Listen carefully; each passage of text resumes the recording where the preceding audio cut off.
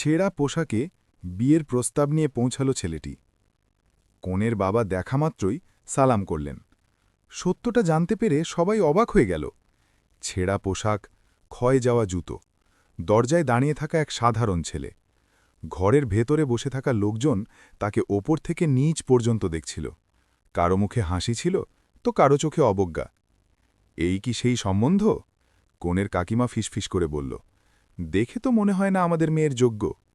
ছেলেটি চুপ ছিল, মাথা নিচু করে শুধু একটি ফাইল নিজের বুকে চেপে ধরে দাঁড়িয়ে রইল।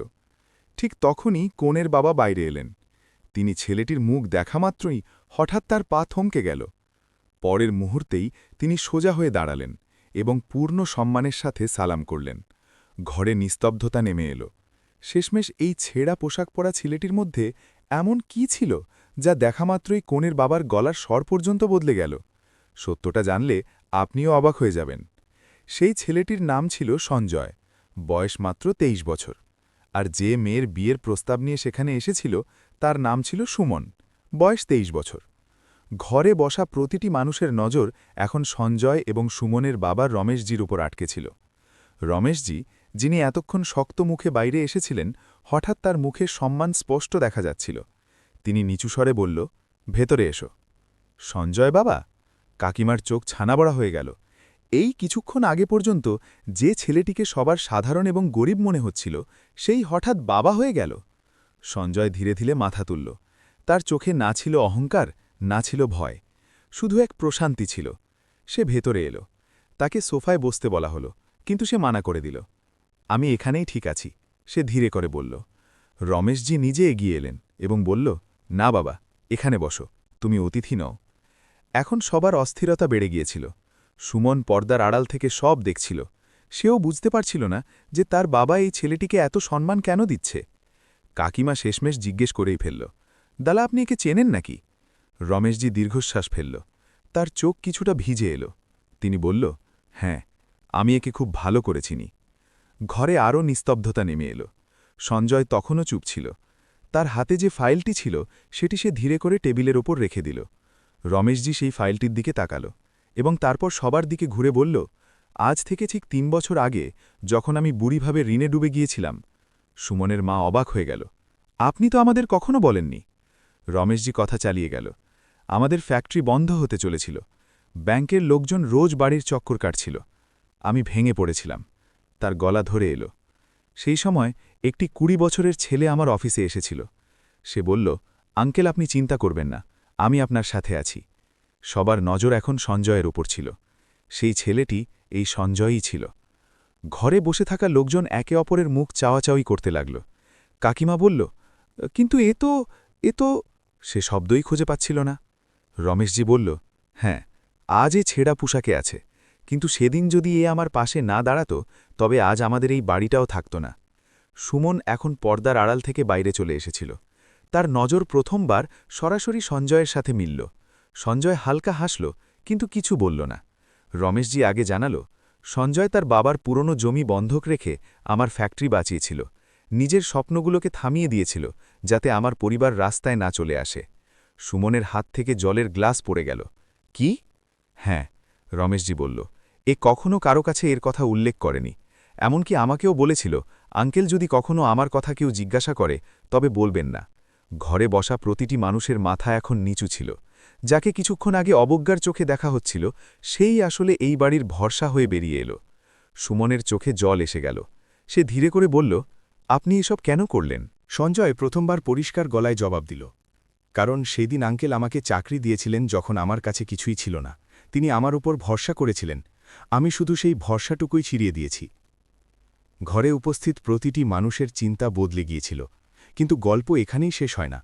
সঞ্জয় টেবিলের ওপর রাখা ফাইলটি খুলল। তাতে কিছু কাগজ ছিল আর একটি পুরনো ছবি।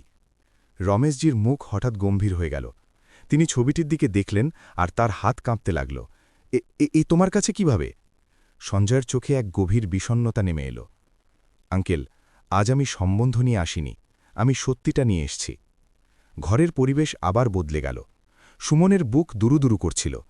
শেষ পর্যন্ত সেই ছবিতে এমন কি ছিল যা দেখে রমেশজির মুখের রং উড়ে গেল? আর সঞ্জয় কোন সত্যের কথা বলছিল? সঞ্জয়ের গলায় এখন আগের মতো শান্তি ছিল না, তাতে হালকা একটু কষ্ট ছিল। রমেশজির হাতে যে পুরনো ছবিটি ছিল তাতে ৩ জন মানুষ দাঁড়িয়েছিল, এক যুবক, এক ছোট্ট মেয়ে আর মাঝখানে হাসি মুখে রমেশজি। সুমন এগিয়ে এসে ছবিটা দেখল। পাপা, এরা কারা? রমেশজির চোখ নিচু হয়ে গেল, তার কণ্ঠস্বর নিচু হয়ে এলো। এ এ তোমার কাকা, আর এটি তার মেয়ে। সঞ্জয় ধীরে ধীরে বলল, সেই বাচ্চাটির নাম ছিল নেহা। ঘরে অদ্ভুত এক অস্বস্তি ছড়িয়ে পড়ল। সুমনের মা বললেন, কিন্তু নেহা তো ছোটবেলাতেই। সঞ্জয় কথা শেষ করল, হ্যাঁ, সবাইকে এটাই বলা হয়েছিল যে সে এক দুর্ঘটনায় মারা গেছে। রমেশজির মুখ ফ্যাকাশে হয়ে গিয়েছিল। সঞ্জয় ফাইল থেকে আরও কিছু কাগজ বের করল। কিন্তু সত্যিটা অন্য কিছু ছিল আঙ্কেল। সুমনের হৃৎস্পন্দন বেড়ে গেল। কোন সত্যি? সঞ্জয় সরাসরি রমেশজির দিকে তাকাল। আজ থেকে ১৫ বছর আগে যখন ফ্যাক্টরির প্রথম বড় লোকসান হয়েছিল, কাকা নিজের অংশ দাবি করেছিলেন। ঘরে কেউ শ্বাস পর্যন্ত নিচ্ছিল না। আপনি তাকে বোঝানোর চেষ্টা করেছিলেন, কিন্তু যখন তিনি মানলেন না, তখন রমেশজি হঠাৎ উঁচু গলায় বললেন, ব্যাস হয়েছে। কিন্তু এখন সঞ্জয় থামার পাত্র ছিল না। তখন আপনি তার ওপর জালিয়াতির মিথ্যে কেস দিয়ে দিলেন। পুলিশের চক্কর, কোর্টের চক্কর, তিনি ভেঙে পড়লেন। সুমনের মা কেঁদে ফেললেন, রমেশজি, এ কি বলছে? রমেশজির গলা কাঁপছিল। আমি আমি পরিবার বাঁচানোর জন্য করেছিলাম। সঞ্জয় বলল, পরিবার বাঁচানোর জন্য নাকি নিজের উচ্চাকাঙ্ক্ষার জন্য? ঘরে নিস্তব্ধতা ছিল। কাকা সেই বদনাম সহ্য করতে পারলেন না। তিনি সব ছেড়ে শহর ছেড়ে চলে গেলেন। কিন্তু নেহা? সুমনের চোখ ভরে এলো। নেহার কি হল? সঞ্জয়ের কণ্ঠস্বর নিচু হয়ে এলো। নেহা আমার বোন ছিল। একথা শোনামাত্রই যেন সময় থেমে গেল। সুমনের হাত থেকে ছবিটা পড়ে গেল। তার মানে আপনি? হ্যাঁ, সঞ্জয় বলল, আমি সেই নেহার বড় ভাই। যখন বাবা ভেঙে পড়লেন তখন আমরা গ্রামে চলে গিয়েছিলাম। সেখানে চরম দারিদ্র্যে বাঁচতে হয়েছে। বাবা অসুস্থ হয়ে পড়লেন, আর একদিন তার গলা ধরে এলো। তিনি চলে গেলেন। ঘরের প্রতিটি মুখ শরমে নুয়ে পড়েছিল। সুমনের মা ফুপিয়ে কাঁদছিলেন। আমরা তো কখনো এসব জানতে পারিনি। সঞ্জয় শান্ত স্বরে বলল, কারণ আঙ্কেল সবাইকে এটাই বলেছিলেন যে কাকা তাকে ঠকিয়েছিলেন। রমেশজি চেয়ারে বসে পড়লেন। তার চোখে অনুশোচনা স্পষ্ট দেখা যাচ্ছিল। আমি ভেবেছিলাম যদি তিনি অংশ নিয়ে নেন তবে সব শেষ হয়ে যাবে।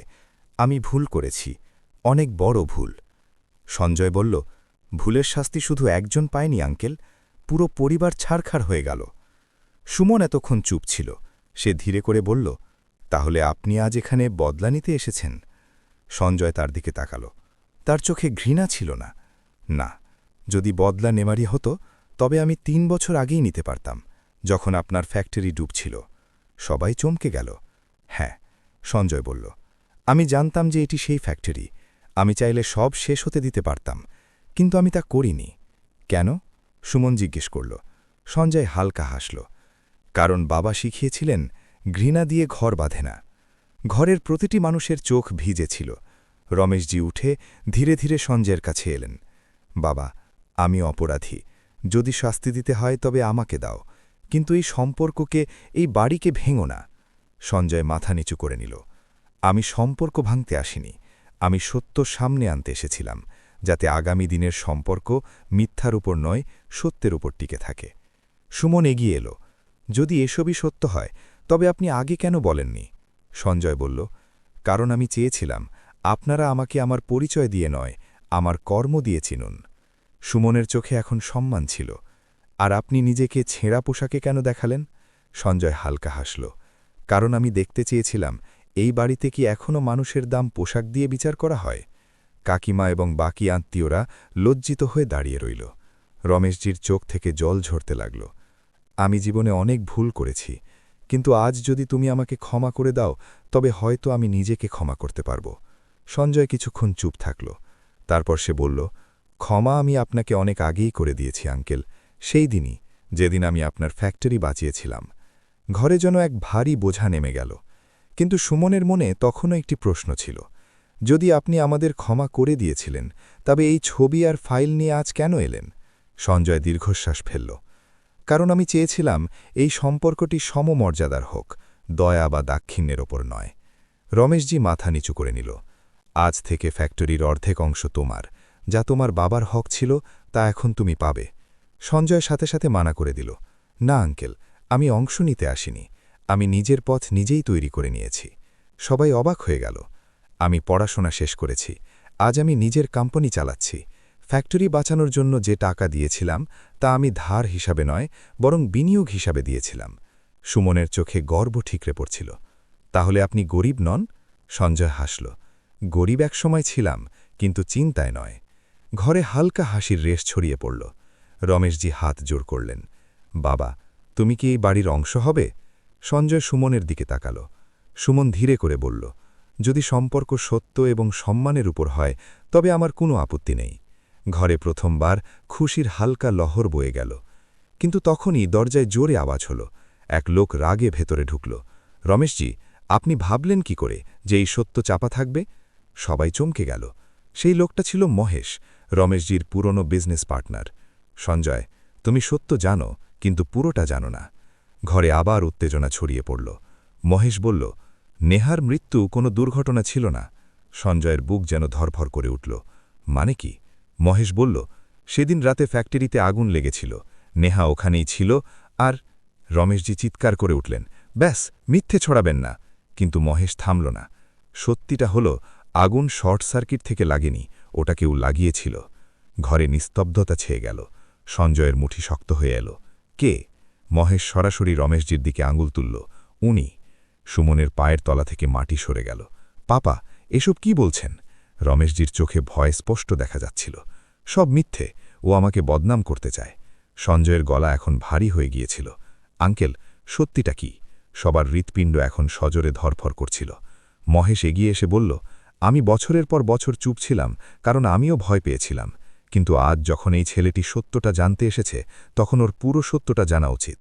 সুমন কাঁদতে কাঁদতে বলল, পাপা, কিছু তো বলুন। রমেশজির ঠোঁট শুকিয়ে গিয়েছিল। তিনি জলের গ্লাস তুললেন, কিন্তু হাত কাঁপছিল। আগুন আমি লাগাইনি, তিনি নিচু স্বরে বললেন। সঞ্জয় রেগে জিজ্ঞেস করল, তবে কে? মহেশ বলল, ফ্যাক্টরিতে তখন বড় ইন্স্যুরেন্স ক্লেম পাওয়ার ছিল, লোকসান দেখানো জরুরি ছিল। পরিকল্পনা ছিল শুধু মেশিনের ক্ষতি করার, কিন্তু সেই রাতে নেহা ভেতরে ছিল, কেউ জানত না। সঞ্জয়ের শ্বাস আটকে গেল। তার মানে আগুন ইচ্ছে করে লাগানো হয়েছিল? রমেশজি মাথা চেপে ধরলেন। আমি আগুন লাগাতে বলিনি, আমি শুধু বলেছিলাম যে লোকসান দেখাতে হবে, না হলে আমরা সবাই বরবাদ হয়ে যাব। বাকিরা কি করেছে, কিভাবে করেছে আমি জানতাম না। মহেশ তাচ্ছিল্যের হাসি হাসল। সত্যিটা লোকানোতেও তো আপনি সামিল ছিলেন। পুলিশকে ভুল বয়ান দেওয়া হয়েছিল, কেস ধামাচাপা দেওয়া হয়েছিল। সুমনের পৃথিবী যেন তছনছ হয়ে গেল। পাপা, আপনি আমাদের কাছে এসব কেন লুকালেন? রমেশজির চোখ থেকে জল গড়িয়ে পড়ল। আমি ভয় পেয়েছিলাম, যদি সত্যি সামনে আসত তবে আমরা সব শেষ হয়ে যেতাম। আমি ভেবেছিলাম একটা দুর্ঘটনা মনে করে এগিয়ে যাব। সঞ্জয়ের রাগ এখন কষ্টে বদলে গিয়েছিল। আপনি জানেন সেই দুর্ঘটনা আমাদের সাথে কি করেছে? বাবা নিজেকে দোষী মেনে নিয়েছিলেন। ওনার মনে হতো ওনার জেদের কারণেই নেহা চলে গেছে। উনি তিলে তিলে শেষ হয়ে গেলেন। ঘরে কান্নার শব্দ প্রতিধ্বনিত হচ্ছিল। কিছুক্ষণ কেউ কিছু বলল না। তারপর হঠাৎ সুমন এগিয়ে এসে সঞ্জয়ের হাত ধরল। আমি জানি না আমার পাপা কি করেছেন আর কি করেননি, কিন্তু আমি এটুকু জানি যে সেই ভুলের সাজা আপনি আর আপনার পরিবার পেয়েছেন। যদি বিচার পেতে হয় তবে পাবেন, কিন্তু ঘৃণা দিয়ে নয়। সঞ্জয় তার দিকে তাকাল।